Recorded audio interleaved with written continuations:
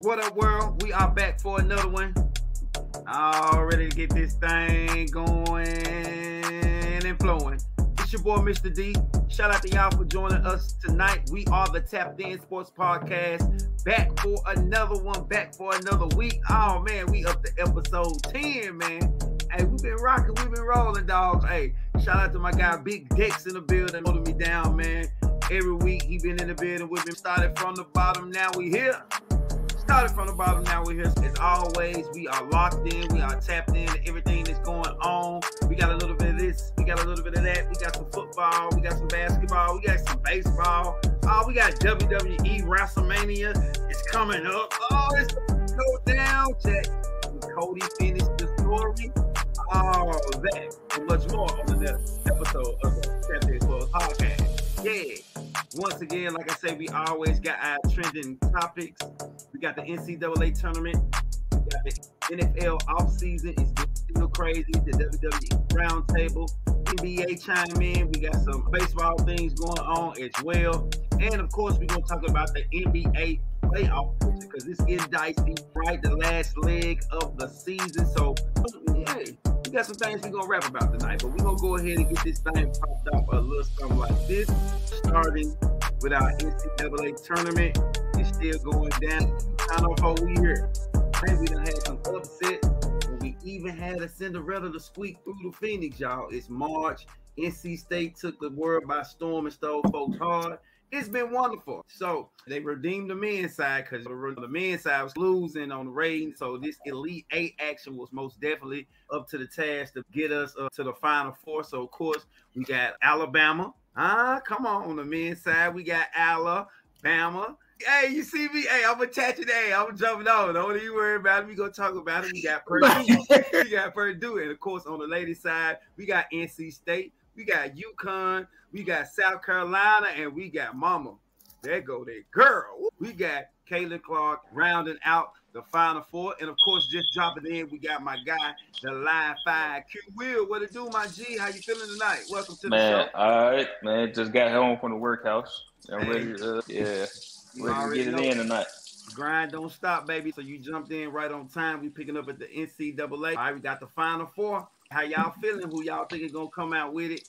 Somebody tap in. How y'all feeling?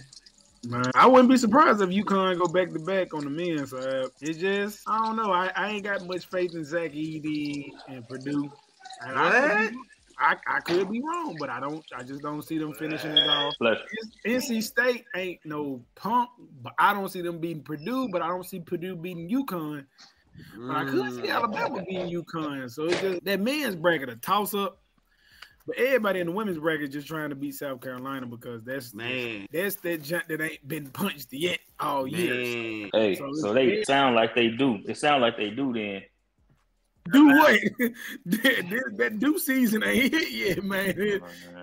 Oh no. Them folks, the only people that even put them in a position to get close to losing is themselves when they get bored from playing. Exactly. Them girls be hooping, man. They be losing that fight to complacency.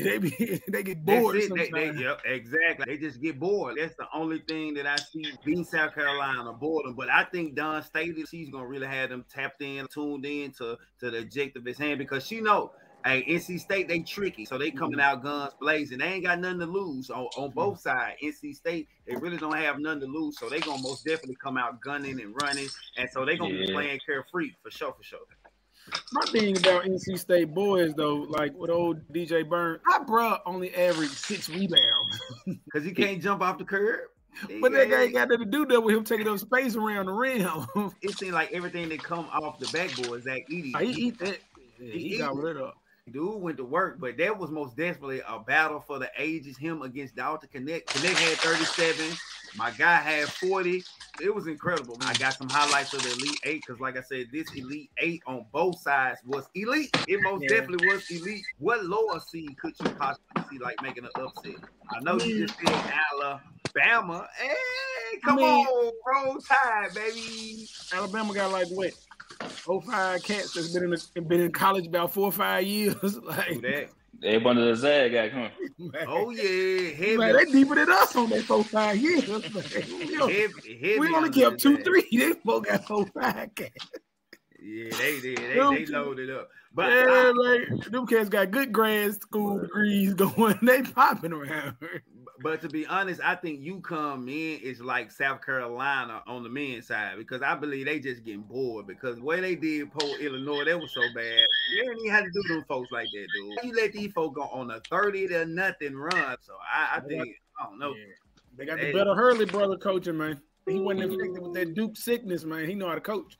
Not Duke, but I gotta get Johnny Boy his credit. Johnny Boy, old John Shire, he did a hell of a job this year with the team that he had. Man, no, he did. He did. With the team he had, bro. Ain't no way Duke was supposed to make it to the Elite Eight, bro. I thought that was like a no-more recruiting class or something. Man, they ain't have really no shooter until the end. That's his fault. Proctor them started to come on at the end, but it was too late by then. By that time, that's his fault. They ain't got no shooter. He doing the recruiting. That's his fault. He need another coach in there, an older coach that can help him develop them kids. And he gonna most definitely need. They need to go and give the Bobby then. If the way he coach, he might well let Bobby get the job. So they might well. I say he might well give the Grant Hill here. Something about it. Let Jay Williams get from behind the booth. You see, my boy Rondo had told DeMarcus Cousins that your boy underperforming as a coach. Yeah, he ain't tell no lies. DeMarcus Cousins said, "Who you gonna replace him with?" He said, "You don't need to replace him. You just need some people to get in there and tell him no." Exactly. Move some things around. Move some things around. That's what he needs to do with one of his former assistants who was helping him develop them kids. Like he needs somebody who gonna help him coach. Cal can't do it. Like he trying to be too swaggy. Like he need to go back to that old coach. Yeah, when he had Milt and Rod and Barbie and all them guys that he don't have anymore, he was better as a coach because them cats was handling the detail. He ain't no detail guy. He just, hey, come out here. You come out here. It like he be playing goddamn 2K. Like he exactly. Like, bro, no, them pieces don't even fit.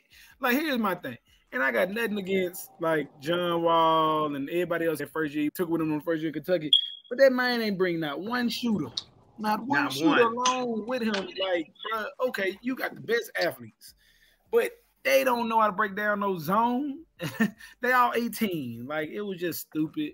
And he got shooters this year, but he ain't know in what position and how to use them. He thinking that everybody know how to create their own shot. And that's where he be messing up. And where old John Shire be messing up. I think he overcoached. And I don't think he know how to do, because like he don't run like sets. He running plays, but he don't run sets.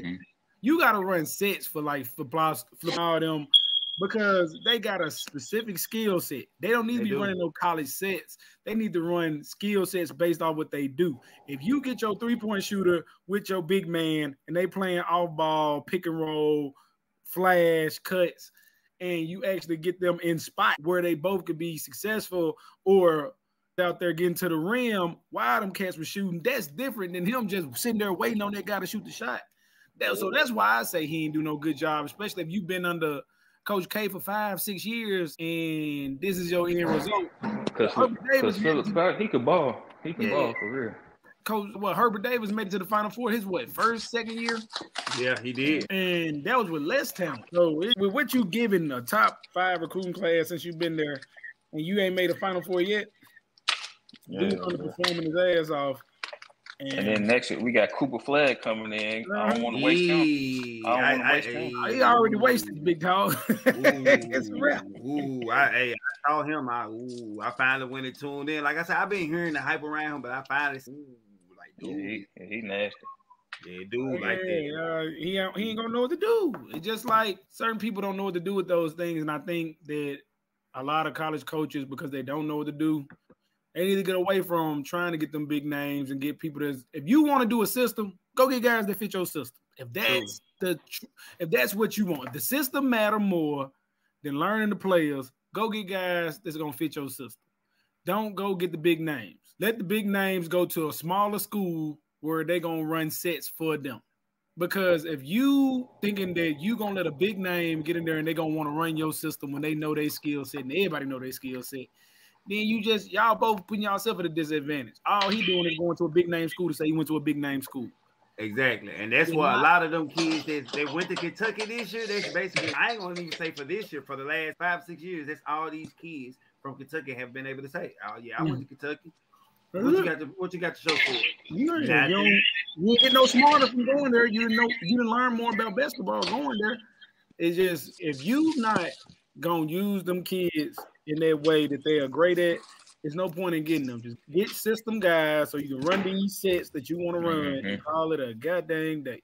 And leave the big names alone, because these 4 schools in the men's bracket prove just that. They got guys, except for Purdue. Purdue uses Edey the way that they should use Edey. He's a down low. They got shooters that make everybody come to the top, and you got him down there by himself. And then maybe somebody will go to the weak side just in case he get doubled, so he can pass out to the weak side and they can hit that corner 3. And there's another guy that's always at the top of the key just in case he get in trouble, so he can pass it back out. So Purdue, they know how to use him. UConn, they just got a bunch of guys, again, transfers that know how to play the system that Hurley want to play. Alabama, same thing. That's why they got rid of. I didn't realize why they got rid of Javon Quiverly until I saw them play. And then I saw how he played at Memphis, and we don't. He cool. He worked better with Penny, but he still ain't.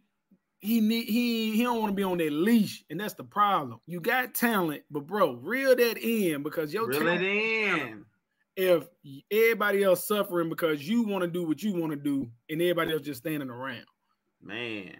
Like, if you good enough to do that, then do that at all times. But if you ain't, then you just got to sit here and be coached. You got to, because you're messing up the whole situation, because you have to recruit players that play in your system and the ones that know how to make their teammates better. Yeah. Right? If you can't get a star player that know not only how to create their shot, but help their team along, i.e. Caitlin Clark, you got to be able to not only be able to get your shot off, get your points in, and not only bring them along with you, but elevate their game. You got to be able to elevate your teammate games, because she got teammates that was averaging like 6-10 points in the regular season. Now they dropping 16, 20 points in the tournament, all because that confidence and that vibe that she brings to them. So if your star player is not able to command that respect and able to elevate their teammates, it's going to be rough. And that's what really everybody paying attention to Caitlin, but everybody really need to be paying attention to Paige right now, because watch her whole, not just the NCAA, but the conference tournament run. Number one, that girl missing seven people that played, about 3 starters and most of the bench. She missing them folks, and she been playing the whole 40 minutes. Whole 40 minutes. Ain't missed the beat, because she pick her spots. She know when to use her team. KK Arnold, Aaliyah Edwards, the 3 of them know what they doing, and like, they was in foul trouble the whole second half against USC on Monday, and none of them fouled out. All of them had 3+ except for Paige, and them folks still didn't foul out, and they played under control because that girl controlled their game better. I don't want to say she called it better, because Juju just didn't know. Like, she was trying to let her teammates get off, and that's fine when people own, but I feel like she should have been trying to draw the double so they could get easier shots. But she young, she 18, so it's just gonna be something. Something that she grow and learn with. Yeah, but Paige knew that, and Paige was like, "I'm gonna take that, and I'm gonna make sure Leah get hers. I'm gonna make sure KK got that lane so she can fly to the basket." And so that was Gino just really understanding what he got and letting them cook. And I think that coaching. Yeah, coaches. And I think a lot of they trying to blame the one and dones for what's going on in college basketball. It ain't the one and done fault that a coach don't understand that he either got to coach to what he got, or he got to go get guys to get his system. And I don't think a lot of men coaches are getting that right now, because one and done been around since the early 2000s.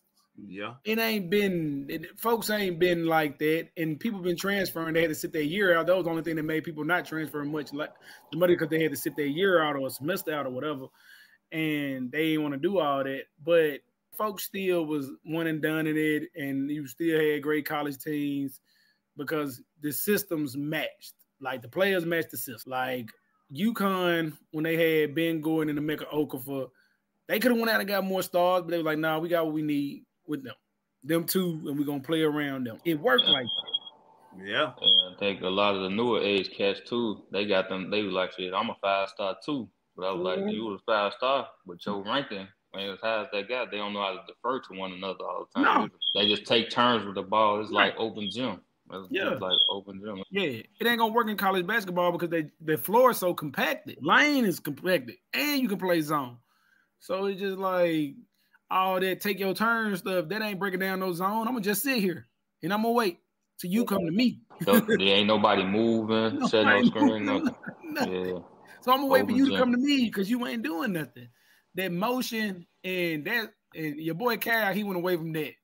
I don't know why he went away from that, but when he was here, that dribble drive motion was all they knew because they was always moving, and it was always 8 guys. But yeah, until folks start either getting back to getting the guys that they need or doing it around the player itself, they just gonna be screwed, and they gonna all be fighting each other. Okay, quick question: if you are a WNBA GM right now, Juju or Caitlin, who do you want as your superstar? I want Juju because she raw. I like Caitlin game, but it's just something about somebody who can play inside, outside, and do it all on both sides of the ball just is more appealing to me. Like, I know that Caitlin got that specific skill set, and it's going to be good. Main reason that Iowa won, and it's just if anybody saw it, they realize it, that the Haley Van Lith that Louisville was not in that. Too small. But I'm saying she was too small at Louisville, and she was still getting 24 points a game. Yeah, but she wasn't having to chase no elite shooter around. She chased Caitlin last year. They lost to Caitlin. Louisville lost to Caitlin last year. She still had a 5 point. But yeah, but they brought her to LSU for her to play quote unquote defense, and it didn't pay. But Kim Mulkey lost that game for them because I hope that ain't what they brought her there to do because she 5'6". She 5'6". That girl Caitlin 6'1". That was all right.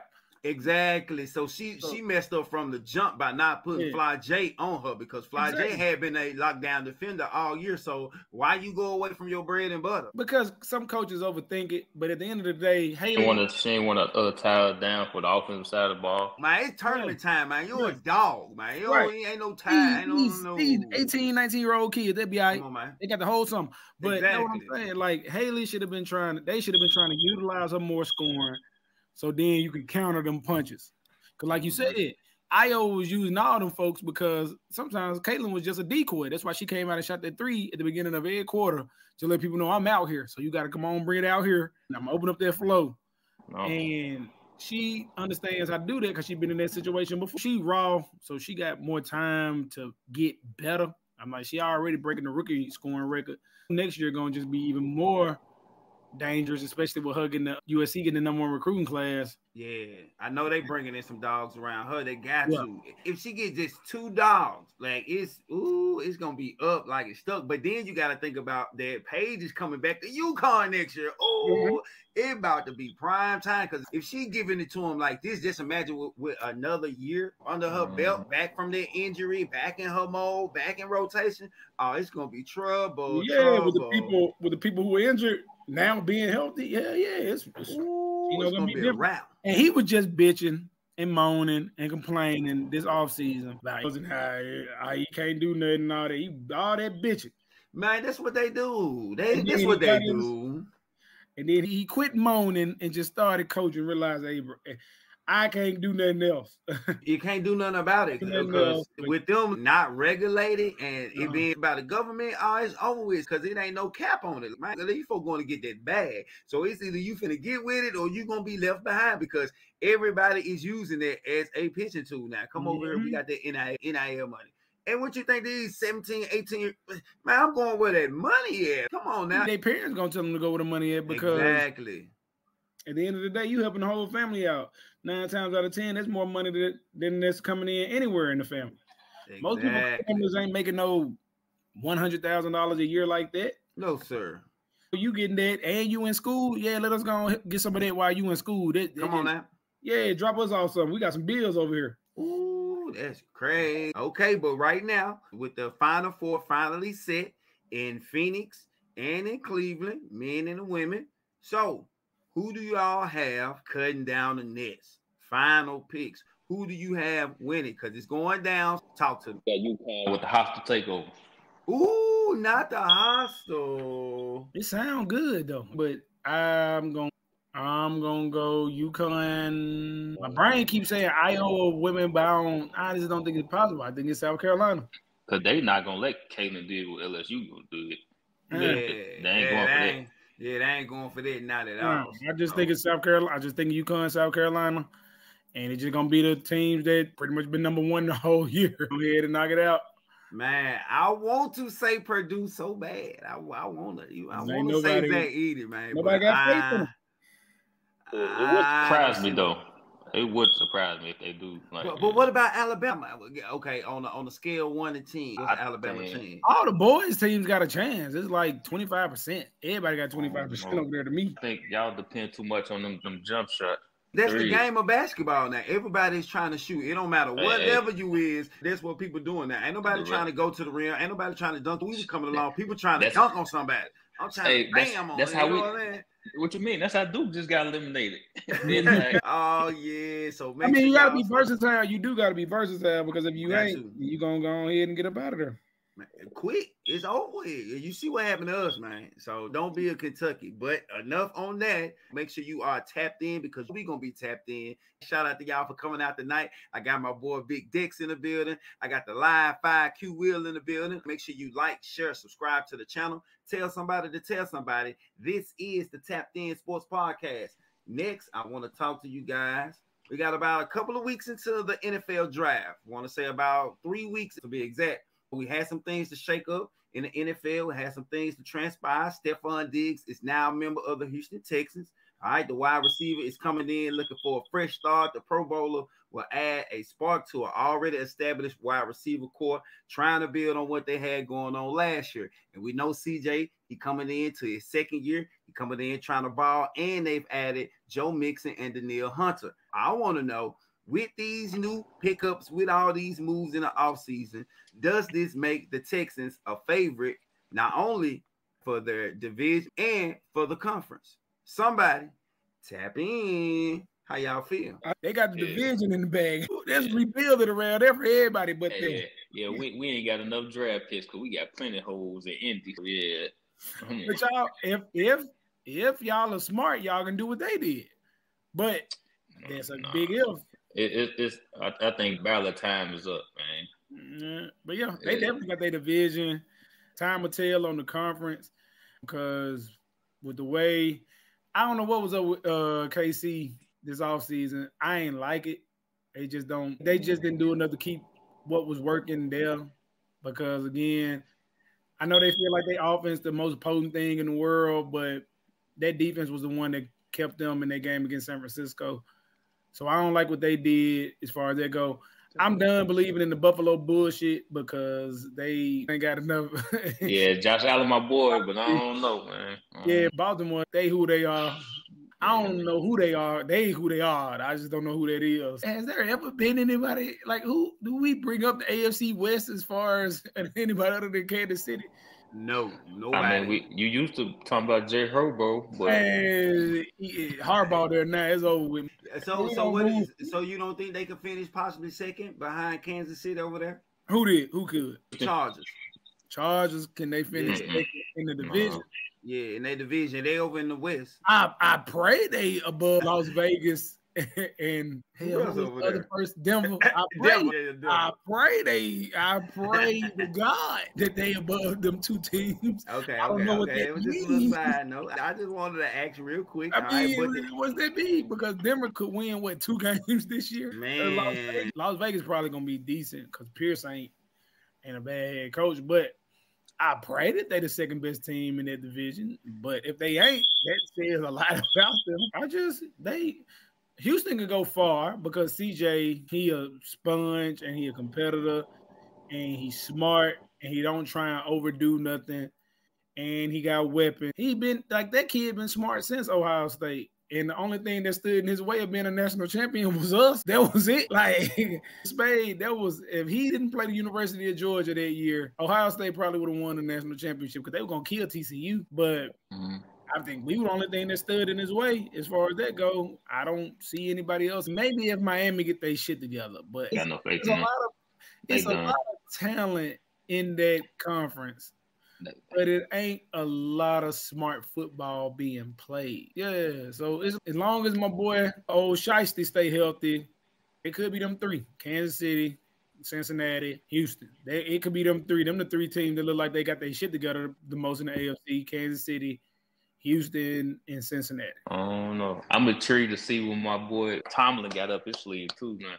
Man, another winning record, just above 500. Okay, what about old A-Rod? The Jets been making some moves now. That's who y'all need to watch out for in the AFC, because I think they slid, especially with this happening with Buffalo. Miami, you can't trust them. New England, you don't know what's going on. Y'all better watch out. If Aaron Rodgers can piece together half of a decent season, somewhat. Hey, New York Jets.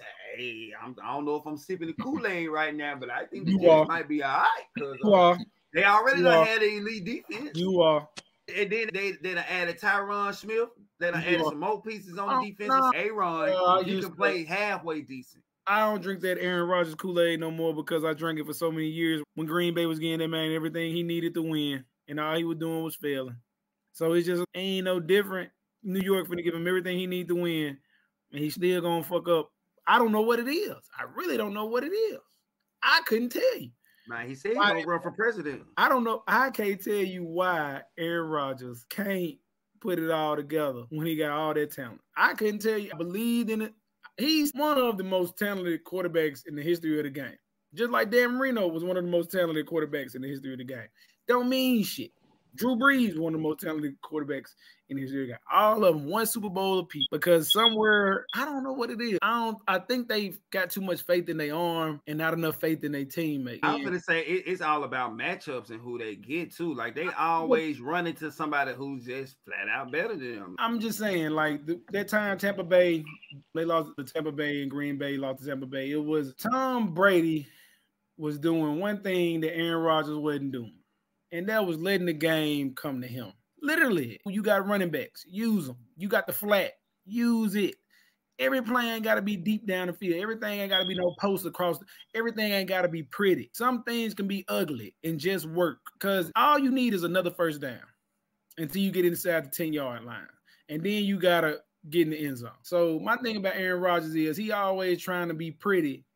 And he ain't worried about the end result of just getting that first down and figuring out the next couple of plays. Dan Marino the same way. Yeah, the stats are good and the stats are cool and all that crap. But, man, bro, y'all had actual opportunities to go ahead and nail these things shut.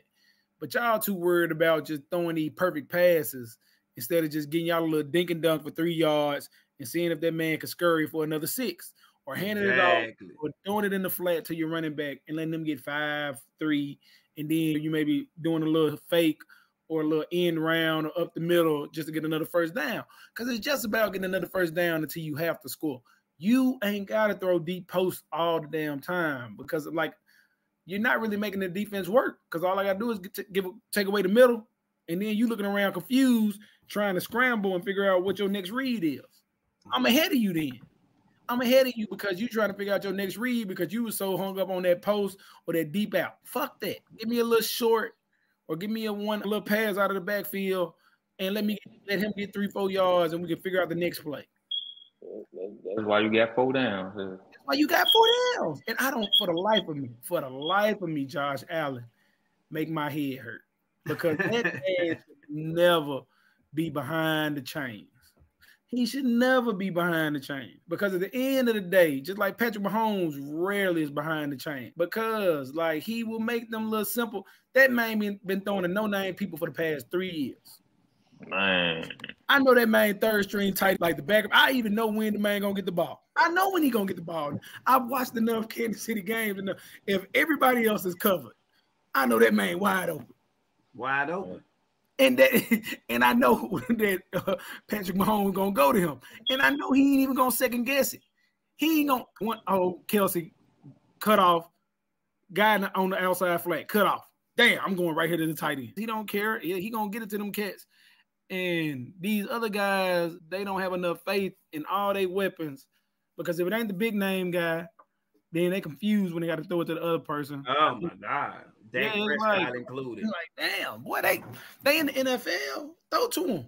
Man, they probably don't even know them folks' names. These coaches don't do enough. Like, I'm seeing that man actually pay attention to everybody on his list, and all them guys got different plays and got different sheets. Oh yeah, because it's just the way he do it ain't none of this like off the seat of their ass. You can the way these people in position and the way they ready, they practice this stuff. They practice all them situations, and a lot of the other coaches, Kyle especially, if it ain't to none of them big three, Ayuk, Kittle, or Caffrey, or Debo, the man don't know who to get the ball to. Unless he running it with the spell back. Other than that, man don't know what he don't know. And that's the sad part. And I was like, I didn't realize that until I watched the Super Bowl. I'm like, bro, there's so many open. Like Jennings be open. It's like little guys be open all the time. He rarely try and get it to Jennings, and I'm like, I don't even get it. They get them 1 or 2 catches, man. If you get them 1 or 2 catches every other game, man, them guys' confidence gonna go up. That's why them Kansas City cats love playing for dude because they already know. Yeah, I'm gonna get the ball. He gonna give it to you. He gonna get it to you no matter how. He gonna do. You see, dude, he go underhand, overhand, round the back. No matter how he gonna get it to you. Just be open. Just be ready. Catch the ball. That's all you gotta do. So that's why I say if he would have had a piece of anything in the receiver court, like it would have been over with. And he still won the Super Bowl. So just imagine it's around him. They saw how they hurt without Tyreek, or how they hurt without a capable receiver to catch the ball. So they going to make them upgrade. Oh man, it's gonna be trouble. And that's why they loaded up because of that. The one thing that they learned from that Tampa Bay Super Bowl is they can't get too reliant on one guy. No. Yep, because never get too reliant on 1 or 2 people. As soon as they take them away, you folding up. And he really learned a lot from that one L. Taught everybody in the organization something because they've been all gas since. I can't the AFC is theirs to lose. The NFC is wide open because it ain't no telling who is it because it's just a lot of funky coaching. It's a lot of funky coaching. Like I'm talking about, and you hit that right on the head. Like you never know in the NFC what you're gonna get because the coaching so off balance. Like 1 week, I say about 3-4 weeks they rolling. Then they 5 weeks they suck. Then the next 2-3 weeks they rolling again. Come on, can we get any type of consistency when it comes to coaching in the NFC? And I wonder who had the most new coaches. Was it the NFC or the AFC? Probably the NFC got more new coaches coming in this season than the AFC because ain't no coaching going on over there. I don't know what they doing. Like you said, they are pros, but clearly they ain't doing nothing in practice over there in the NFC. They ain't running through no scheme, no type of game time situations, nothing as far as like kickoff. And then especially with the kickoff about to change because I think now the kickoff, they ain't going to be able to touch it for a minute. Like it's going to be something weird when it comes to the kickoff.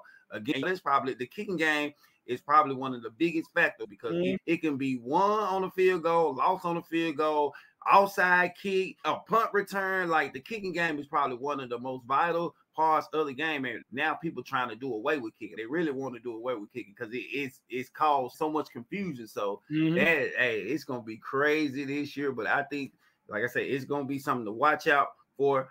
And also something to watch out for is the rookies. Like I said, we got 3 weeks into the NFL draft going down in Detroit this year, April 25th. We got some cats. When I say we got some top tier cats coming into the NFL this year for sure. Hold tight. Stop the press.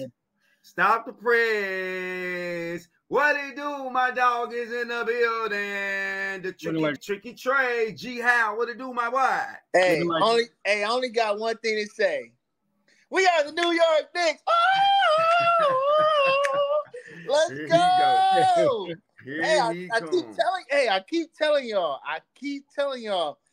So right now, let me bask in this right now. I only got a few more weeks to do it. Okay. Well, what I need you to bask in right now, what you just jumped in on, we got some QBs, we got some linemen, edge rushers, receivers, everything you want to pick from when it comes to this upcoming draft.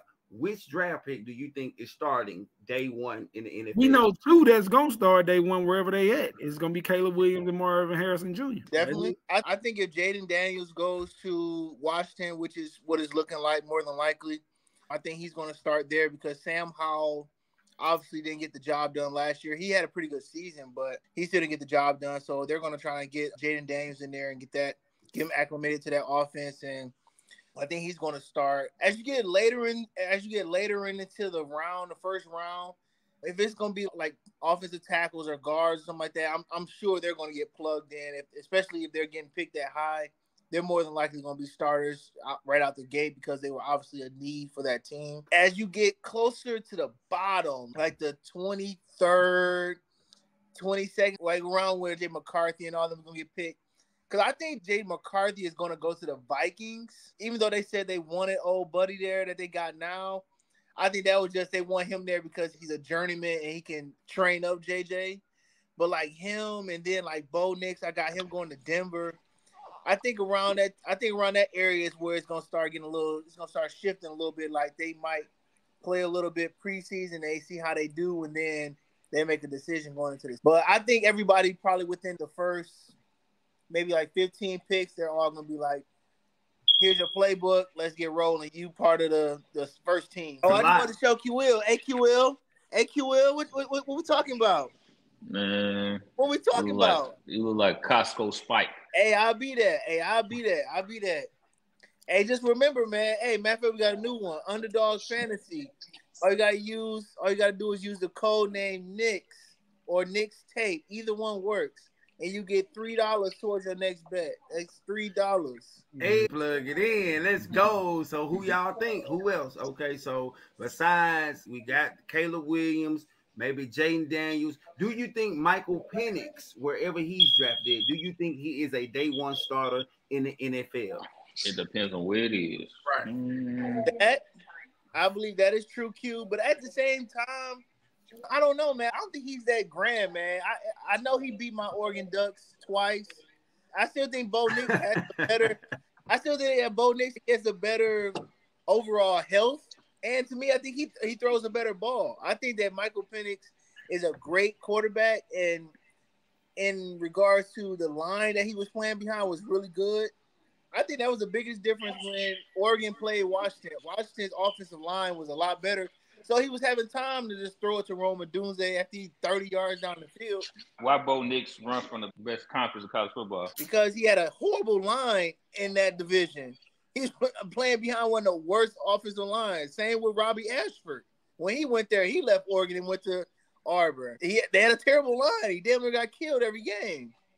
Same with Spencer Rattler. When he went to motherfucking South Carolina, damn near got hit. Because if you don't go to the A, you really didn't come to play. You dig? And I'm talking about Allah. I don't give a piss about nothing but the time. Roll Tide! Roll Tide! I ain't trying to about no team that had 3 views from the offensive line on one drive. I ain't trying to that's gonna be all fixed this year, buddy. I guarantee. Believe it when I see it, man. Oh, you gonna see it when we pull up on you. Pull up on you. I don't step bands until I hear music, man. I ain't pulling up on you. Oh, real quick, Gary, because you came in late. Okay. Final four. Who you think winning? It honestly doesn't matter. I actually rather watch the win. Men's is kind of bad. Man. I just want to see UConn versus South Carolina. Dawn Staley going crazy. If I had to guess for the men's, though, I want to say I think it's going to be NC State versus UConn. Oh, so you call it NC State for the upset? Oh, boy. Burns Jr., a.k.a. Zebo Jr., he going to go crazy against that white boy. Oh, buddy. Oh, I can get with that, though. That's something that I think college basketball need. I think they need that underdog story. They at least need them to make it to the national championship game. If they make it to the national championship game, I think that'll be a good story for men's college basketball. Because, like you say, the women has been dominating them, bro. They've been dominating the men right now. Most definitely, that'll be something that they need to be tapped into because we stay tapped in right here at the podcast with the Barbershop Vibes. We are the Tapped In Sports Podcast. The next one up, moving on. We gotta talk about the WWE, man, because it's been off the chain, man. It's coming up to WrestleMania, Hey, man. You see. I'm in gear. I've been wearing shirts all week. Oh, it's going down. You never know what you're gonna get these days when it comes to the WWE. Raw and SmackDown off the chain as usual. Plot twists, turns, everything back and forth. But it's time for the back and forth to stop. This weekend, Philadelphia, WrestleMania 40, it's going down. Matter of fact, it's already here. Like my boy, the Live 5, he said he been in mode all week, Jack. Don't play with it, don't play with it, don't play with it. So it's been going down on both shows. I need to know, is this the time that Cody steps up, finish the story? What's going to happen? I need some predictions. I need some expectations. Somebody tap in. Are we finishing the story the weekend now? Yeah, got to. Like they've been taking all them beats. He definitely winning. Now. Yeah, if not, this hoodie gonna get to work, man. I gotta handle my business. Go ahead, man. With my shiesty mask. If they don't have it. I want to get some of y'all thoughts or maybe some of y'all predictions. You guys, WrestleMania Saturday. We got the Women's Championship match. Becky Lynch, Rhea Ripley. Then we got Rey Mysterio and Dragon Lee versus Dom and Santos Escobar. Sami Zayn and Gunther. The Uso brothers going head up. Then a 6-pack ladder match. Hey, I'm loving that. That's what I'm really looking forward to. Somebody, come on, talk to me. Sami Zayn versus Gunther. That's the one I want to see for real on a Saturday. Jay and Jimmy too. And of course, Jade and them. I got to be able to watch that. And I got everything. I see no bad match. The probably the most boring one. It's gonna be that ladder match. It may be the ladder match, but I was saying gonna be Dominic versus Daddy again. Because that ladder match got too many people to pay attention to. It's gonna have so much going on. Brother, they did the best thing they could with that ladder match. They put R-Truth in there. So it's gonna be entertaining. The entertainment value is right there in the one person. R-Truth gonna make it entertaining. So that's why I ain't worried about that much. Everybody want to see Jade and see if she gonna go ahead and turn her back on them folks after they win, of course. But yeah, I don't see that's gonna be a hard one to take a piss break on right there. This whole thing gonna be hidden. Hey man, I didn't even know Rey Mysterio still fighting. That's the dude, right? Okay. And that's what pissed me off about that wrestling ranking thing. How Rey Mysterio ain't in no top 10. Oh, he's still good? He great. Oh damn, I didn't know that. I remember him because he always with a mask. Yeah, he still can move and everything. He ain't doing as much in the air, but he still can get up there. Man, fuck that. If I jump off a top rope, it'll be the last time. He do it every time. That man got it. He got it in him. But yeah, Saturday, I don't see no real love. It's gonna be hard to take a piss break. Like you said, probably got to do it doing that 6-pack challenge. But yeah. Because it's gonna be so much going on, so that's at least 30 minutes. But yeah, I don't see no bad spots on Saturday. Sunday, I don't see no bad spots on Sunday either. But it's just gonna be more single matches. Okay, so Sunday, yeah, there's more singles matches. Oh yeah, and I got Seth taking the fall in that tag match too. Yeah, Seth gonna take the fall, and it's gonna be. I'm pretty sure he gonna retain it. No, I'm pretty sure he gonna retain his belt because CM Punk gonna come out. No, I think that's how you gonna. Cody's first title defense probably gonna be against Rollins. He gonna blame Rollins. He gonna blame Cody. But he gonna say he couldn't. He gonna say he couldn't focus. He gonna say he couldn't focus. Now that I think about it, CM Punk might help Drew McIntyre. Now that's gonna be wild because he was. I don't know what Punk gonna do because McIntyre took him out, but he don't like Seth either. Boy, it might be a catch-22. Something might be brewing. Hey, I ain't gonna lie. The one I want to see Sunday, is my boy L.A. Knight. Yeah. Fucking talk about, hey, dude right there, man. I love fucking LA Knight. Boy, that man right there so true. How he was hiding on AJ Styles' ass to the crowd. Oh my God, nigga, that shit was great, nigga. I said, oh yeah. We don't condone any type of acts against the Bulldog, man. We don't do that around here, man. Hey, that man, the man right there, LA Knight, that's my guy, bro. He be talking that talk, boy. Hey, talk that talk, LA. Talk your talk, bro. Hey, talk it. I love it. Hey, I'm most definitely gonna be against the Bulldog. You can't do that against the Bulldog. Hey, what about the Undertaker? Is he still wrestling? Nah, bro. He about 3 years ago. He do one-man shows now. Oh. Yeah, he do like he heavy on the podcast side too. You know what I'm saying? So yeah, he be doing his thing. Oh yeah, but most definitely make sure you tap into WrestleMania 40. It's gonna be cracking. Yes, sir. The matches on both nights. That's gonna be something for you to witness. One of the best WrestleManias. That's what they're saying. That's the word on the street. But once again, shout out to my guys in the building. I got Big Dex. I got my boy Tricky Trey G Howell in the building. That was our WWE wrap up. Next up, we finna jump into the NBA. I want to know my guy. He has been on fire this year. Even though the team been up and down, they in the play-in right now. But hey, everything gonna be all right. Everything gonna be all right. We back to the king this week, LeBron James. He still got the late show rolling compared to where they were early in the season. He recently committed that he knows that his time in the NBA is coming to a close. Almost time for my guy to hang it up. How much longer do you think my guy got? Maybe 2 years, 3 years, 4 years? Somebody tap in. What you think about it? I say he got 4 years. He got 1 more year with LA, and then he going somewhere else. What? Yeah, LA? I give him that because the kids ain't gonna be there no more. Bryce finna get ready to graduate high school next year. Yeah, he going to Duke. Might be.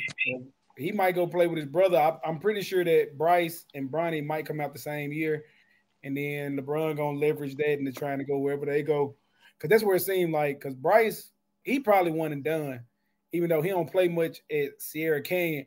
I'm trying to see if that man gonna even be at Sierra Canyon next year. The way this coach is trash, boy. So but yeah, I feel like Bryce and Bronny probably play 1 year in college together, and if Duke be the place that's gonna let both of them play, then it might be it. Unless they go like Ohio State or they go to a smaller school. Hey, here go my prediction right here. And I want y'all to put this on the record right now. I predict that Bronny is going to go to – I would love for him to go to Oregon. And I think that he'll go to Oregon because Oregon is lacking guards. We just have good, small well, y'all got 3 guards that's injured. Mookie Cook being one of them. But I'm saying he was hurt. So I'm saying that's just one.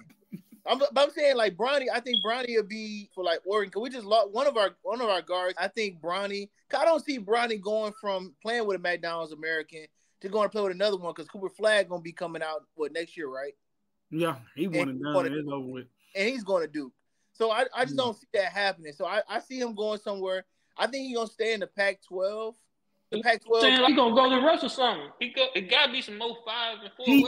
And he can't stay in the Pac-12 because the Pac-12 don't exist no more. That's what I mean. The Big Ten now, but I still think that he will go. I think that he will go to Oregon. I have a feeling that Bryce is gonna go to a non-traditional basketball school, like a Louisville or Cincinnati or something like that. A non-traditional basketball school, just so he can fill out his body, pause.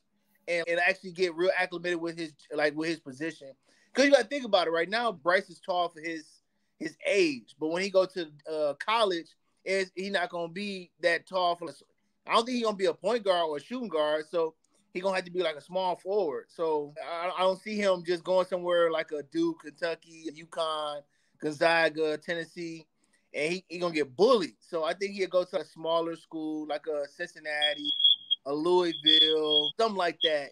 But I think Bronny's going to go to Oregon. I think he's going to play 1 year and he's going to leave. I think Bryce going to play 2 years and he's going to leave. And I think they all going to meet up in New York. Go to New York, bro. It's going to be in Brooklyn. It's going to be New York. Hey, Gary. Put that narcotic down, Gary. Put that narcotic down, my boy. Put it down. Put it down. Number one, y'all got Jalen Brunson. Hey, Barkeep, bring me some E&J. Hey, hear me out.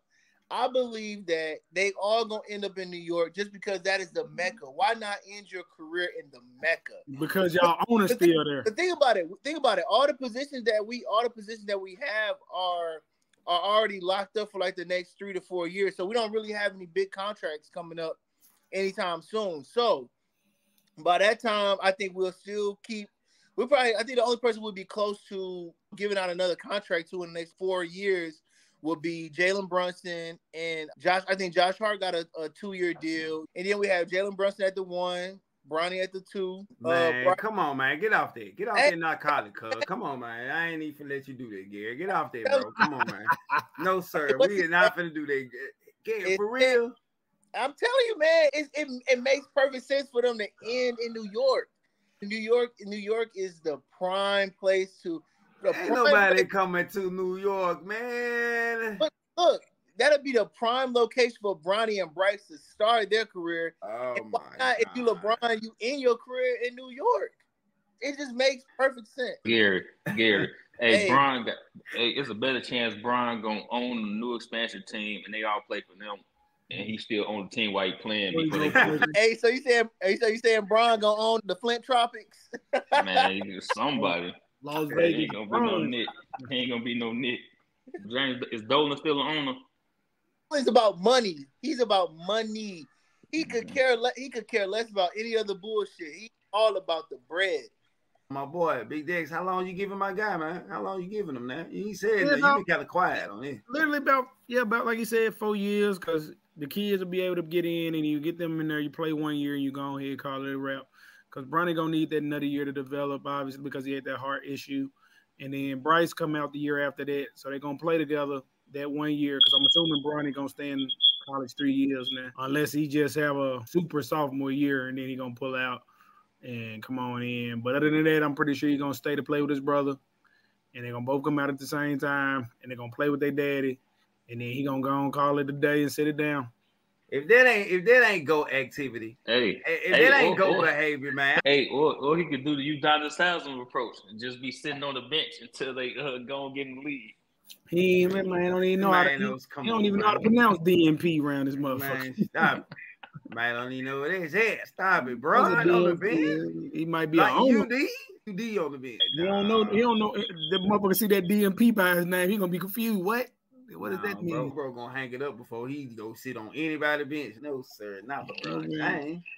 Nah, they're one of the greatest of all time. And speaking of greatest of all time, I wanted to, kind of pick y'all brain on the situation. A lot of times, and everybody want to compare the top shooters, the top guards, top forwards, but they don't never show no love to the big man. You know what I'm talking about? Because the big man at one point was the cornerstone of the league. Now, you had some real valuable big men in the league at one point. So I wanted to pick y'all brain on to see who y'all thought was the top centers of all time.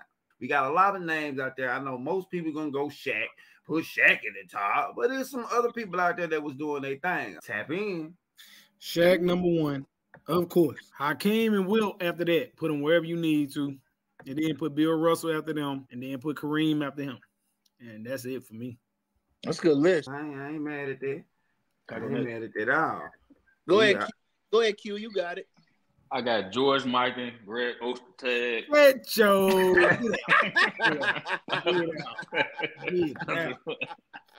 Ain't no center shooting 38% at the top of nobody's list. Get out.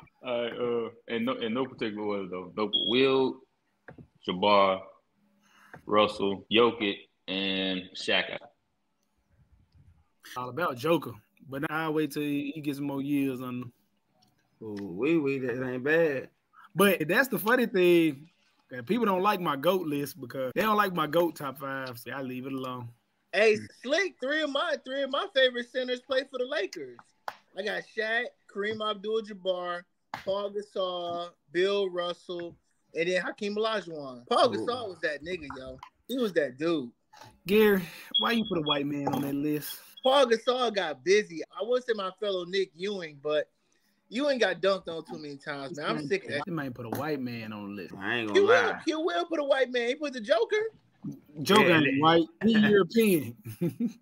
What color is Europeans? They white, ain't they? Nah, man, that man Anglo-Saxon. He a different version of the white. He's still white though. Nah, not the way he played. If you semi-cooked white or well done white, you white. Back in the day, man, he ain't white. Powell not seeing Joker. Powell not seeing a lot of people. That's why I'm confused. What the? Hey, Paul Gasol was that dude. Gary sitting hard tonight, boy. I don't know what they said. Atlanta said, hell, he on that gag down there. The Knicks got me feeling froggy, man. Yeah, I guess it got to be the Knicks. It got to be some because he. I don't think that's a bad list. What your list is, D? What my boy list? Don't fit, Gary. Powell just don't fit at all. He don't fit nowhere. I ain't gonna lie, my 5, I got Kareem, I got Hakeem, I got the Joker, Wilt, I got Shaq, and I got Bill Russell at You number can't put one. Bill Russell that high, bro. I'm sorry. Why? What you mean, man? So no, 11 rings. y'all gotta stop that. Y'all, we gotta quit. Man, I love Come Bill on, Russell to man. death, but we gotta stop that thing. Y'all Come gotta on, man. quit. Stop it. Oh man, stop. I damn it. That's why I said mine wasn't in no order. With that, man. What the? Okay, so you got Shaq, Hakeem, Wilt, Bill, and Kareem. That ain't too far from what I got. Not Bill Russell can't say he a center.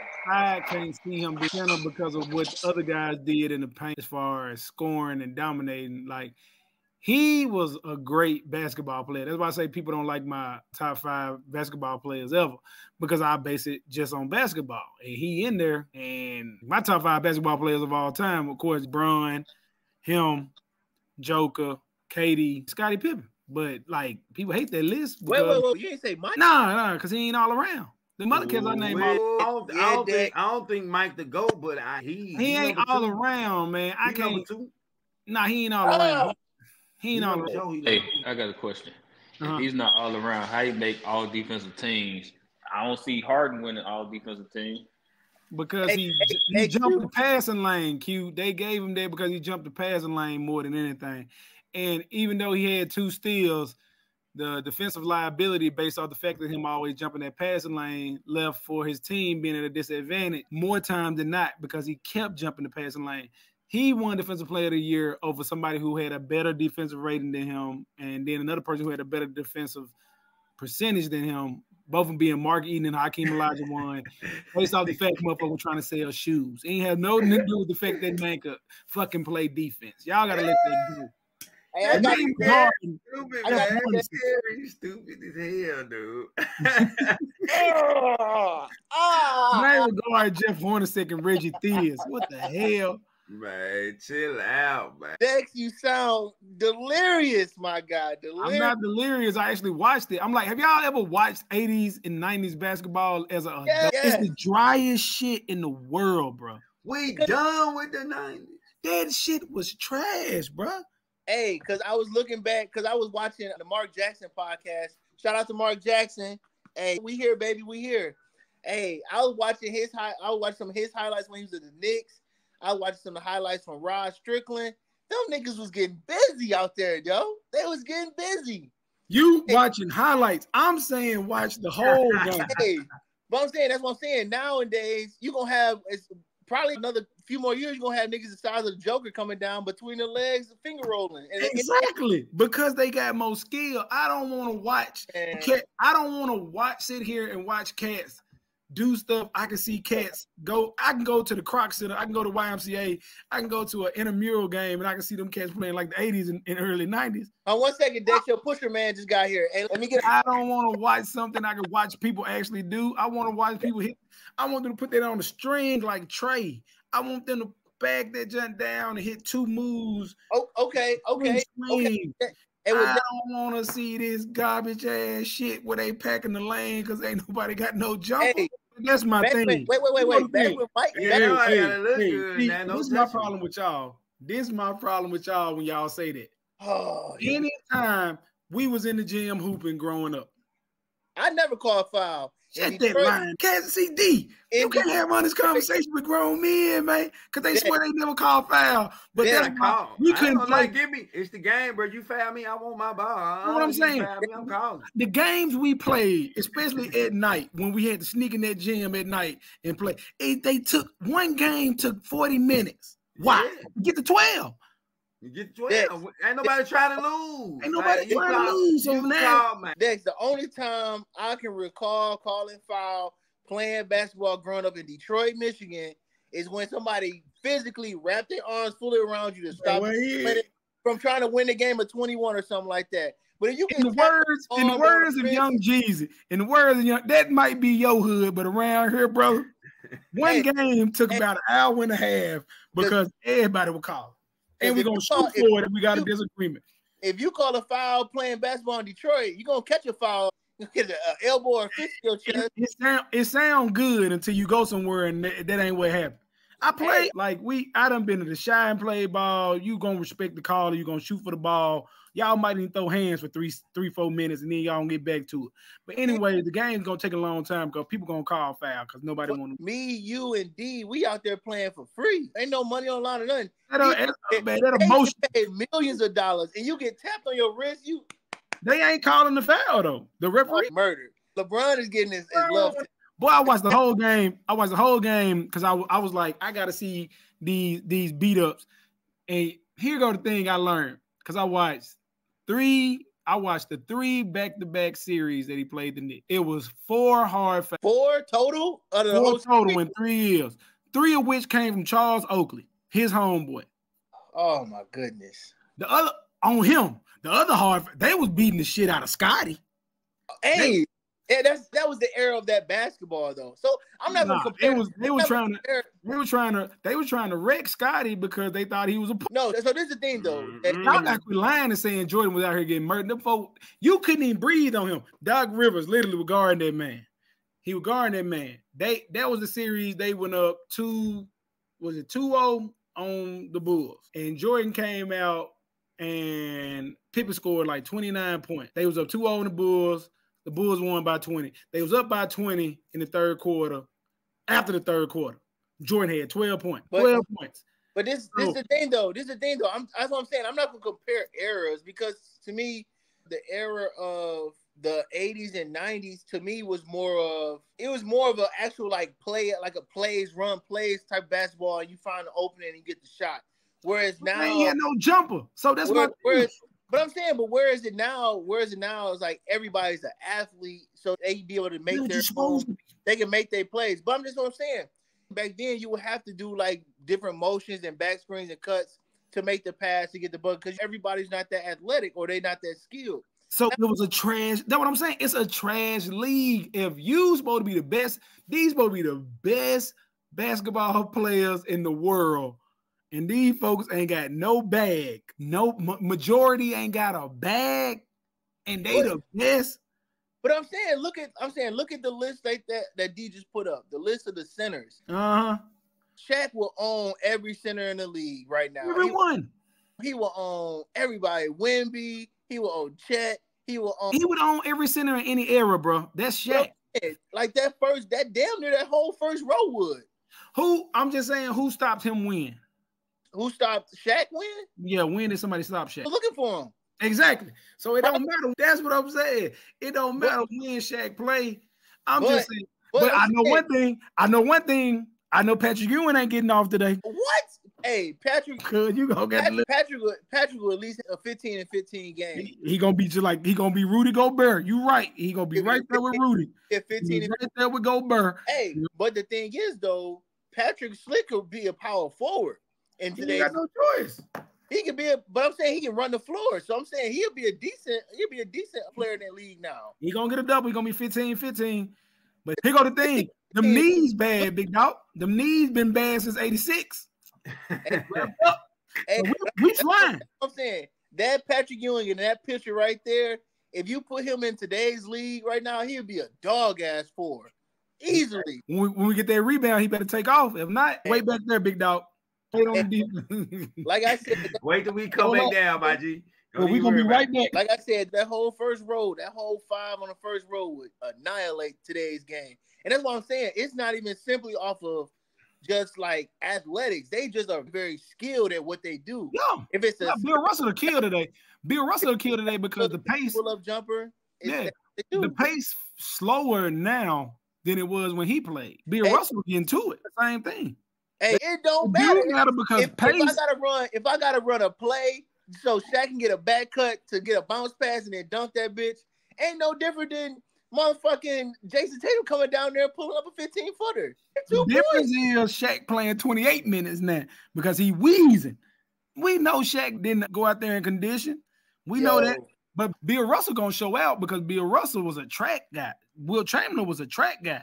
Jabbar gonna show out because he was Showtime. The Admiral gonna show out. Tim Duncan would get off in this. Admiral, he gonna be decent. He definitely gonna be 25. What about Hakeem? You think Hakeem would do something? Hakeem would have loved this boy. Hakeem was gonna get. Hey, look, if Joker getting folks nightmares, Hakeem was gonna. Hey, man, ISO, you gonna give me the? Oh, let me get that whole corner. Hakeem, y'all go over there. Clear it out. Clear that. I'm bringing this bitch down. Shape, come back. Man, come on. Because here's the thing about Hakeem. Cats going to Hakeem now learning how to play basketball the way he played. Exactly. That's so you ain't. This is what Hakeem know. This it here. You can't give him that. Hakeem probably be a 45 and 15 cat today, just off the moves. And he don't need nothing but room, space, and opportunity. Cause he gonna put that junk on the string and he gonna block your shot. He probably would be what Wemby gonna be in about 4 years. Wemby gonna be good once he takes the Giannis Antetokounmpo pill, whenever he take that over. Teammates that don't want to pass on the ball. It don't matter. You could put Giannis, you could put Wemby on the Wizards. And if he get the same size and expand like Giannis did, that nigga gonna be unstoppable, yo. Most definitely, man. It's something that you should be tapped in because, like I always say, we stay tapped in over here at the Tapped In Sports Podcast. We are the podcast with the barbershop vibes. Shout out to my guys coming through tonight. Got Big Dex in the building as always. Shout out to my guy, the Tricky Trey G Hal in the building. Make sure you like, share, subscribe to the channel. Make sure you follow us on all social media platforms because we keep it rocking like a cutoff stocking. We're going to jump into some baseball. I got a quick question about baseball, y'all. How hard is it to get a no-hitter? Because we had a guy, Ronel Blanco, from the Astros, just had one. And I went and researched just about every year. So why isn't it more no-hitters in the major league? Somebody tap in. Because guys now, they don't care about their slug percentage no more. They just trying to go at it. They're going to knock it. They're going to try it. Aaron Judge, I think he got the most strikeouts, right?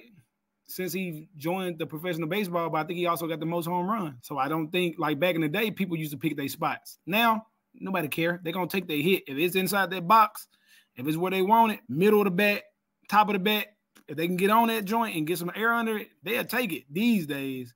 So it's harder to me now because people take more risk and they're not worried about getting struck out. But it also gives you the availability to get a no-hitter because people going to chase. That's my opinion. Yeah. I would say that I 100% agree with you, Dex. I think that now a lot of baseball players are saying, hey, it's a numbers game. If I'm getting the bat 3 times, if I'm seeing the same kind of pitch, he's trying to throw me some off-speed pitches or some curveballs or some sinkers. They're saying like, hey, I know I'm watching his tendencies. I got a chance to get at least one hit, at least put it in an area where if they shift the field because they know that you are generally aiming to the left and you open up your stance a little bit more and you see that he's throwing like slower pitches or something like that, then it's a numbers game. I got a better chance me swinging at a pitch 3 times to make contact and at least get to base before he strikes me out. So I definitely agree with you, Dex. That makes perfect sense. Like what you said with Aaron Judge, he got the most home runs, but he also got the most strikeouts too. Who is one of the top hitters in MLB right now?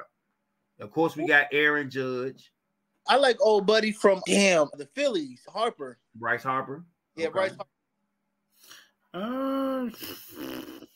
It's hard for me. Like Judge is, to me, I feel like, again, by the numbers, he gonna always be in that conversation. I know as far as like on base percentage, probably in my mind, I think Acuna. Like Mookie gonna always get on base too. So it's just all depending on what your flavor is. If you trying to hit the long ball, I feel like it's gonna be Judge. If you trying to just get on base, Mookie or Acuna, probably be those guys. I don't know where Tatis been the last couple of seasons. I've been looking for him to step up, especially since San Diego had got more hitters that time. But that's what I got. I ain't mean to forget old boy. But Ohtani, the hitter / pitcher. Yeah, because he just got his first one with the Dodgers last night. So yeah, it's just he's definitely legit when it comes to hitting and pitching. He a real throwback. He a Babe Ruth type guy that's good pitch and win you some games on both sides of the ball. So yeah, definitely Ohtani, Trout. He still got some power left in him. As far as just getting on base, Mookie and Acuna, to me, them the guys right now to look at. Most definitely. Our show finna say how you feeling about your Braves. They came out number 2 in the power rankings, MLB power rankings. So that's what something else I'm gonna try to early in throw the year. in. Yeah, power rankings don't really mean much because at the end of the day, it's all about October, like where we at and what we doing, how we hitting, how we pitching. Like you just want to be healthy, and at the end of the year, like consistency gonna prove that because I think the Rangers probably had the lowest payroll last year, and they were just consistent though. They were really consistent as a team, and that's what got them to where they were. Like you gotta be dialed in. This over 200 games. It's a patient game. It's a game where it's not weeks. It's months. You know what I'm saying? Months matter. You got to put together.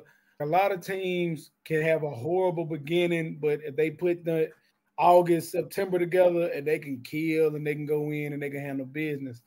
So it's just really trying to find your consistency and find your rhythm as far as pitching, as far as rotation, as far as batting lineups.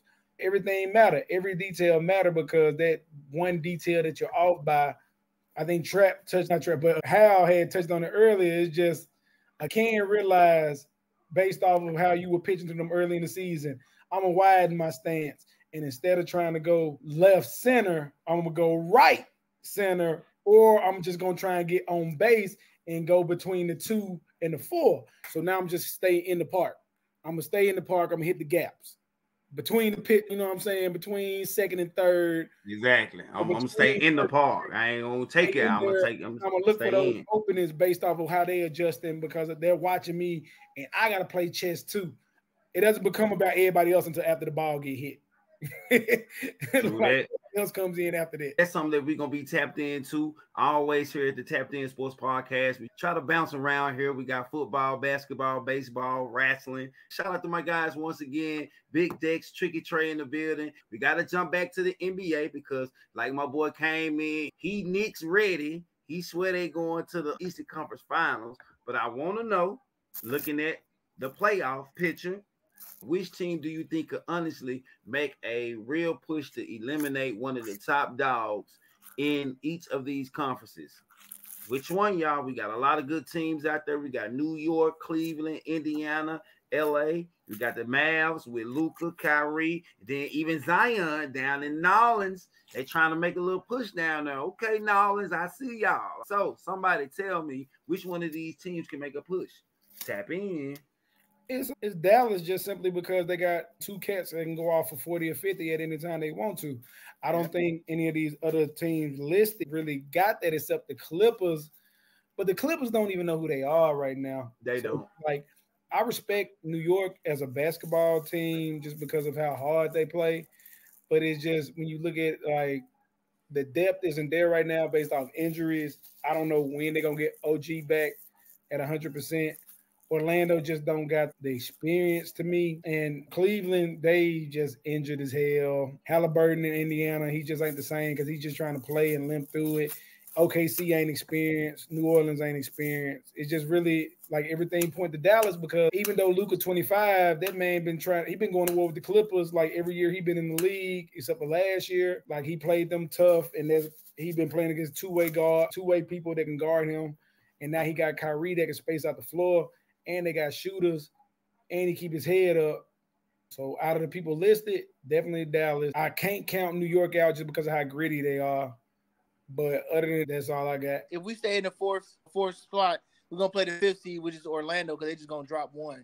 Exactly. So I would prefer for us to get in the 3rd seed. If we get in the 3rd seed, then we got a better chance of beating a team that's probably just barely slid in. So I definitely would prefer that.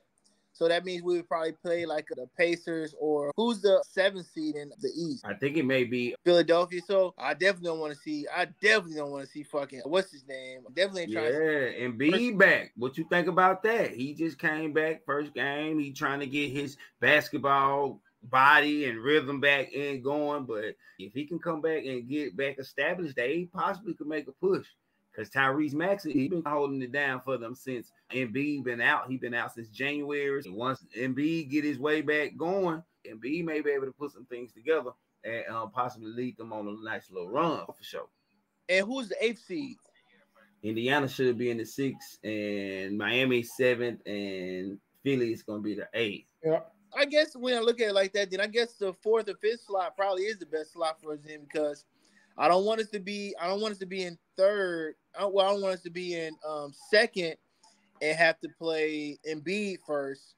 And we're not gonna beat first place. In third place, we'll play Miami, and they put us out last year, 2 years ago, I think it was. So I don't know. I like our situation where we at right now, and then that give us a little time to heal up. How about to say Precious? I'm about to say Precious been balling for us. Like I said, our Villanova crew is doing their thing.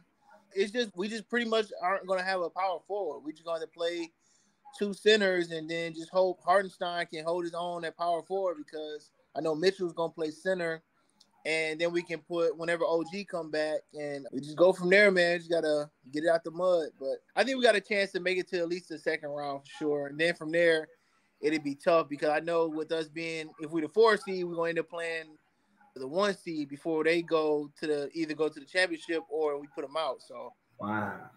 That's crazy. Yeah, right now they still have y'all in the 5th seed. They haven't updated it yet. Orlando, y'all 45 and 31. Y'all half a game behind Cleveland. So yeah, with the 3 spots, so it's still neck and neck. If y'all can go ahead and put y'all foot on the gas, y'all might be able to hop to the 3 if Cleveland can lose out, because like you said, they've been hurt. They've been hella hurt. So if Cleveland don't get on the good foot, and if y'all can go ahead and push the pedal to the metal, y'all may be able to get in that 3 spot, because they still got y'all at 5, but y'all basically you flip a coin, you in Orlando, and then Miami is in the 7th, you got Philly in the 8th, and you got the Bulls and the Hawks. And then over there on the west side, we got Minnesota 1, Denver 2, Oklahoma City 3, the Clips are 4, Dallas is 5, Phoenix is 6, New Orleans is 7, Sacramento 8, LA 9, and Golden State is in the 10th spot right now. So they can't. It's a little bit. It's a little flip.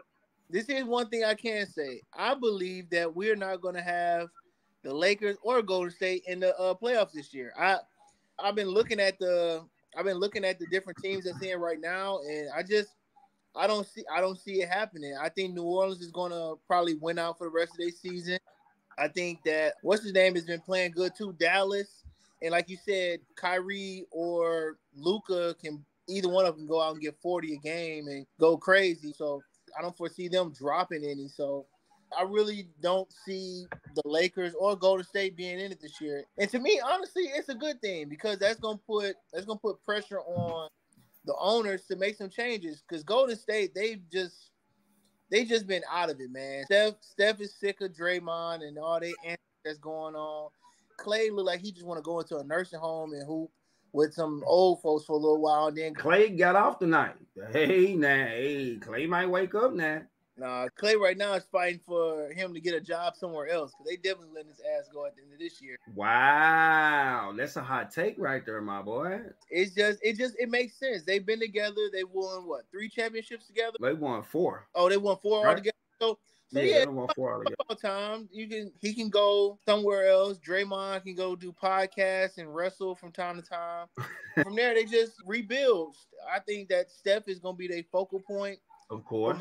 And then from there, they'll start trying to find his replacement. But I think Golden State is going to get broken up. I think that LeBron workings with the Lakers to get him 1 more year to stay in LA, and then he's going to work his deal so that he can leave and go to the Knicks. So I think that neither one of those teams is going to make it in the playoffs. And rightfully, they don't have a team worth watching. I don't want to watch a slaw-ass Golden State for 4 to 7 games. I don't want to watch the Lakers for 4 to 7 games. Everybody else on the West looks a lot more exciting to watch than those 2 teams. But if you take LeBron and Steph off of those 2 teams, who else do you really want to watch on either one of those teams? AD all day. Taking games, so don't worry about him. He won't. Hey! I gotta pull a trap on there. You better acknowledge AD. Stop playing. He been putting in work. He's been putting in work. That's good. But now comes a time when everything comes to it. He's gonna walk on the floor. He's gonna step on a chicken nugget that you can buy from concessions, and he's gonna be done. He's gonna Oh, here you go. Here you got to say, man, because here he go with this foolishness, man. I just, you know, AD gonna have on an ankle brace. He gonna have on a spat. He gonna have on some Nike cleats, everything on that one. I'm just saying, like, we 4 or 5 games removed from the end of the year, and it's just funny to me that the 8th, 9th, 10th seed in the West all are over 500. They're all over 500, and to be that low and to have that kind of talent, where Golden State 2 years ago will be 5th or 6th in the West. This year, they'd probably be 7th or 6th in the East. And to look at their record and see where they are, it's just a testament to how good the amount of basketball being played on both sides, though. It's not just on one side, because don't get it confused. The East, the records aren't bad because they're an inferior conference. The East, the records are bad because their bottom teams are winning a lot more games against their higher teams. Toronto isn't slow. Chicago definitely isn't slow. They play great ball. They just don't have the bodies. And you can watch, if you watch them play, that's the great thing about League Pass. If you watch, I watched some Portland Trailblazer games, and them guys play hard until the last 3, 4, 5 minutes, and they run out of gas. They're not getting blew out. They just run out of gas. San Antonio, they've been in pretty much every game they played this year, but they play selfish, because I think it's just more of an ego thing with them because of how much attention Wemby get. And I think like the Lakers were when they got rid of Nick and Eddie and Eldon, they'll be a better team when more people know who the ball goes to and who it does. Like sometimes you got to do addition by subtraction. So I think that's what San Antonio going to do on the offseason. They're going to get a lot of guys who understand, like, you ain't going to get that ball, you ain't going to score 20. And they're going to put him around Wemby and let Wemby do his thing. And he's going to probably – I'm pretty sure that man going to be averaging 30 points next year. He's going to be winning, but I'm pretty sure he's going to be averaging 30 points, 10 rebounds, 7 assists, about 8 blocks. It's a lot of great basketball to be played, and it's going to be a lot more to come. And they're going to have to expand the league just to get teams at the bottom to quit winning so much. Dilute it down a little bit. I don't know if it's going to be 2 teams. I don't know if it's going to be 1 team. But I just know that they're going to have to dilute it down a little bit just to get some more inconsistency, because guys have figured it out now. You can play and you can get some wins, because it ain't funny that Golden State is considered a bad team and they got the same record as the 5th, like the Knicks. True that. That man said they a bad team, but they got the same record as the Knicks, or maybe 2 games lit. They are a bad team. So what are y'all? You can't call somebody a bad team if you don't work like that, Gear. Yeah, you got one. If y'all got the same record, but they playing a tougher conference. Chris Paul hasn't played most of the year. He been hurt. Draymond been out here doing everything but playing basketball. I don't even know where Andrew Wiggins been this whole year. Chris Paul doesn't change shit. He can't change a diaper yes, off. He does. He's a bench player. He's a role player now. He's just like a lot of great players were at the end of their career. Hey, Chris Paul is about as useful as his remote. After I turn his TV off. No, Chris Paul, you put Chris Paul out there with a bunch of bench players, bro, he going to make them threats because he's taking that onus off them to create their own shot. He creating it for them. We're not going to disrespect nobody like that. Again, bro, y'all don't have no Chris Paul. So again, you can't sit here and be like, we a good team. Chris Paul, y'all got damn near the same record. And y'all had what? Both of y'all have had injuries. Both of y'all have had injuries. Both of y'all 40-win teams. They 42-34. Y'all 45-31. But like I said, though, there was games that we lost because of simply somebody being injured. And there's games that they won off of people. But there's games that they won off of people that was just injured. So that levels out the score. And there's games they lost because Draymond get tossed in the first 30 seconds. Right. I'm saying, bro, it's a 2-game difference. It's a 2-game difference, and you calling them slow because they in the 10th seed. They are a terrible basketball team. What are y'all? Wait a minute. Come on, Gary. You tripping that. We ain't gonna say terrible. It's not a good season for them. They are a bad. Think about it. Think about this. I'm just saying, if they was in the East, outside of Steph Curry, Dex, outside of Steph Curry, what positive thing do they have on that basketball team? Clay Jonathan been killing Kuminga. as a 6-man. Clay been killing as a 6-man once you start playing a 6-man role. Jonathan Kuminga has been killing as a secondary. Exactly. Like Gary, you don't even. Bro, I don't even look. Talking. Why you got me defending the Warriors? Like I don't even. Gary just looked at the standings, bro, and started talking crazy. Like you really? I'm being dead serious. I'm there. You can't be, bro. Oh, Gary, man, that man gonna have us up all night, man. Nobody got time for that, Gary. He gonna have us up running in circles, man. Like you can't say that, Gary. Especially, like he said, it's a 2-game difference between y'all. Like he said, if they was in the East. Man, I'd be running away with the East. Okay.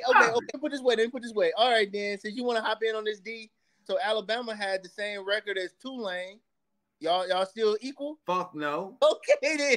Exactly. Y'all really are though. Are you serious? Let's be look. Tulane played Ole Miss. I'm just saying, y'all like that far. No, especially the way y'all look at this Michigan. Y'all belt. Where near that, man. Stop playing without talk like that. What? Y'all something like that. No Tulane. You don't ever put us down like that. Like we ain't nowhere near. Man, you could put us down by Mississippi State, Auburn, Missouri, somewhere down there. But don't ever take us out the conference. Y'all gonna be over there. Y'all gonna be over there by SMU this year. Hey, don't worry about because y'all still on y'all borrowed time anyway, my boy. But it's a lot of borrowed time. We on y'all still on y'all borrowed time, my boy. A lot of borrow. We still borrowing then. Credit good. It's time for y'all to turn that glass slipper in, Cinderella. Nah, so, you know what I'm saying? Credit still A1, bro. No, sir. Them look. Yeah, we still out. Hey, we let everybody get in. We let Clemson get in. We let LSU get in. We let y'all get in. But now it's over with. Daddy's home. But you just listed off a decade full of opponents y'all let in, but it's over. How a decade? The gate wide open. Everybody had a little span, bro. But at the top, man, y'all had y'all. One. Y'all had y'all little span, like you said. Man, stop it, man. It's over with. Y'all think we did, don't like John Cena said, your time is up. My time is now. You think we did, don't you? Hey, he gonna be doing all that till we come in and smack him across the top, Key Will. Key Will, check back in now. Hey, don't go nowhere now. This is episode 10, baby. We still here. We tapped in. We ain't going nowhere. So make sure you are here. College football season, most definitely, especially that weekend right there. Oh man, it's going down. How much we got on the decks? We got something on it now. Hey, man, if you want to raise it up to 100, we can go and make it 100. Hey, don't do that now. I don't want to like that, man. I don't want to. Hey, I don't want Miss Dowdy have to come try. You know what I'm saying? She gonna buy some shoes with that. That's that Just Fab money right there. Man, she gonna be mad at you about boy. You gonna have to sleep on couch about 2-3 weeks. Not the way we look like that, boy. Not the way we look, not the way y'all looking. Boy, this ain't saving. I'm about to say, D, I don't know, man. The jig ain't up yet, man. I don't know. Jig covering, boy. That jig covering. You see what Duke going through now that Coach K gone. That jig covering, boy. We in there. Coach KD got some cooking. He got some cooking. Hey, but Q and Dex, I think it may be something with D, man. It's something with D because it's always something with your teams, man. You always got an excuse for Dallas. You got an excuse for Duke. And now you got don't never put me. Hey, I'm making Kentucky. Don't you ever? He don't make no more. Hey, he don't make no more excuses for Kentucky. He done took them whipping. He done took enough of a beating. They don't like Goldmouth beating. They're like Goldmouth beating Ray. He done took enough of a beating. He understands. That cornbread ate. It's over with, man. But that cornbread ate. Quick question though, D. How you feel about y'all not being the best team in Texas no more? What are you talking about? For the Texas better. For the NFL. How you feel about y'all not being the best? Better, yeah. Hey, the jury's still out on that, man. Jury's still out, man. Jury's still out, man. Who? Jury's still out, man. We still America's team. Hey, McCarthy out of there, though. McCarthy out of there. The jury still big dog. Don't ever get it confused like that. Until them folk put one up there in the rafters, they still little brother, and they ain't gonna never.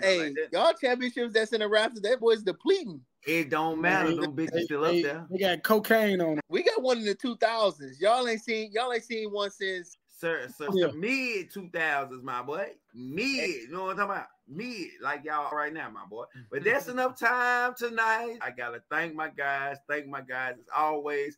Episode 10 down in the book. Shout out to my guy Big Dex, the Live 5 Q Will. I got the Tricky Trey G Hal. Shout out to the world. Once again, tell somebody to tell somebody. Make sure you like, share, subscribe to the channel. Follow us on all social media platforms. We are the podcast with the barbershop vibes. We are the Tapped In Sports Podcast. And like I always say, live your life. Never let them live it for you. Bang. Let's go. Let's go, Knicks. Bing bong. Hey, man, Good even job. Spike kicked that narcotic, Jew. Man.